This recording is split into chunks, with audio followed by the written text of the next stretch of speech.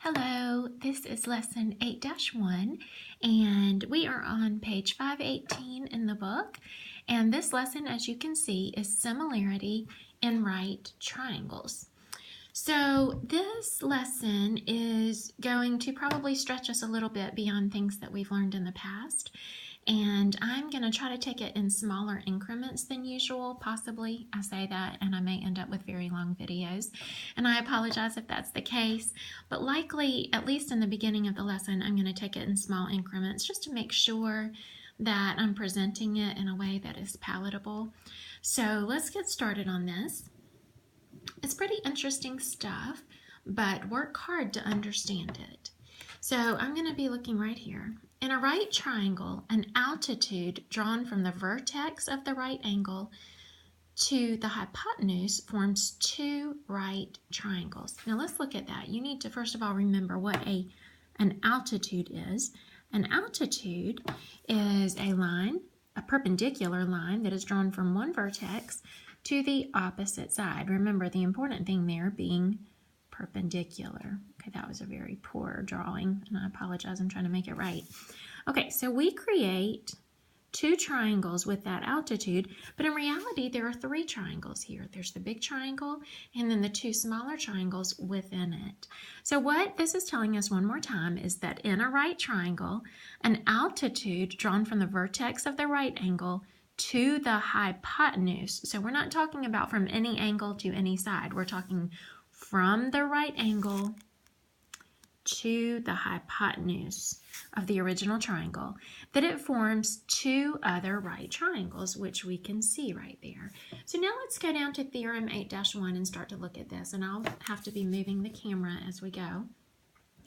The altitude, and I wrote in a little something here, the altitude from the right angle vertex to the hypotenuse of a right triangle forms two triangles that are similar to each other and also to the original triangle. Let's look at this drawing that we have in the book. So we have an altitude drawn from the right angle vertex to the hypotenuse. Remember, that's the key, from the right angle vertex to the hypotenuse of the original large triangle. And we create two smaller triangles that are not only similar to each other, but they are also each similar to the larger triangle. So how would we name all these triangles? Remember, we have to name triangles that are similar with their corresponding parts corresponding. So we have to name them in the correct order. So I have redrawn all of these three triangles, the original big one and the second biggest, and then the smallest. So let's start with A, B, C. I'm actually going to start naming it from the right angle.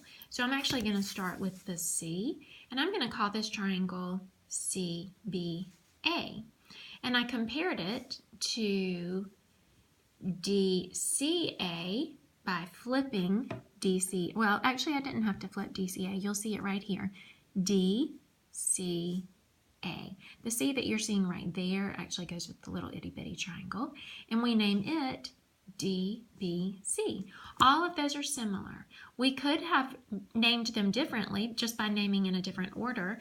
The book names them ABC and says it's similar to CBD and also similar to ACD.